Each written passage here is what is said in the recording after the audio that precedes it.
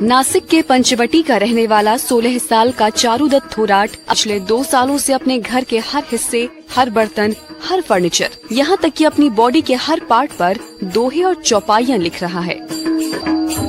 दावा है कि इसे 5 भाषाओं में लाखों दोहे और उसके अर्थ भी याद हैं।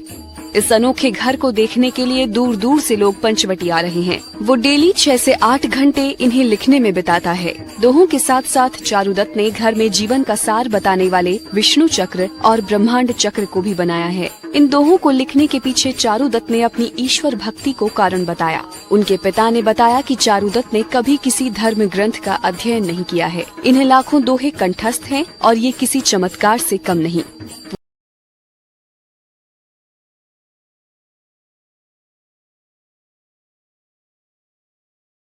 अद्भुत शक्ती असलेली लहान मुलं आपण आजवर अनेकदा पाहिली आहेत। कोणी कशात तर कोणी कशामध्ये मास्टर असतं।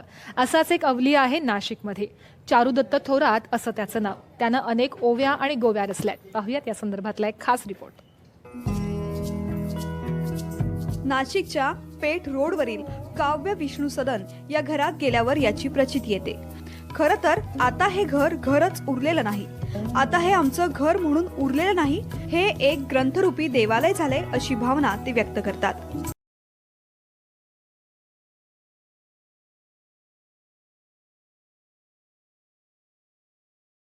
घरात प्रवेश करताच घरातल्या प्रत्येक भिंतीवर, फरशीवर, दरवाजावर, टीव्हीवर प्रत्येक ठिकाणी वेगवेगळ्या प्रकारच्या ओव्या, अभंग आणि ग्रंथ लिहिलाय। एवढंच नाही तर चारुदत्त मिळेल त्या गोष्टीवर हे अभंग आणि ओव्या लिहितो।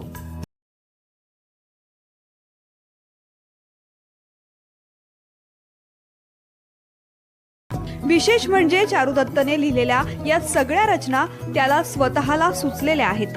त्याने आतापर्यंत कुठलाही ग्रंथ किंवा पुस्तकाचा आधार यासाठी घेतलेला नाही, ज्यामध्ये नामा म्हणे, तुका म्हणे असा उल्लेख आहे। काही रचनांमध्ये त्याने स्वतःच्या नावाचाही उल्लेख केलाय।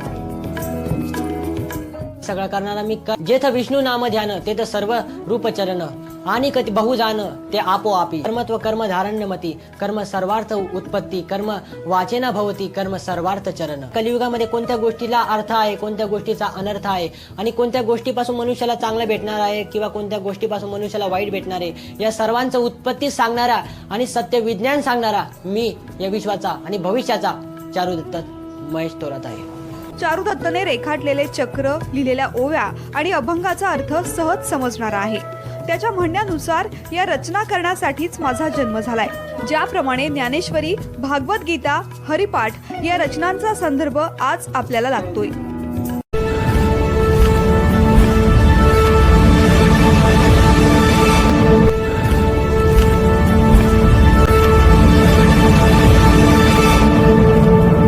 दत्ताश्रया, the way of Akhand Jnana Yoga.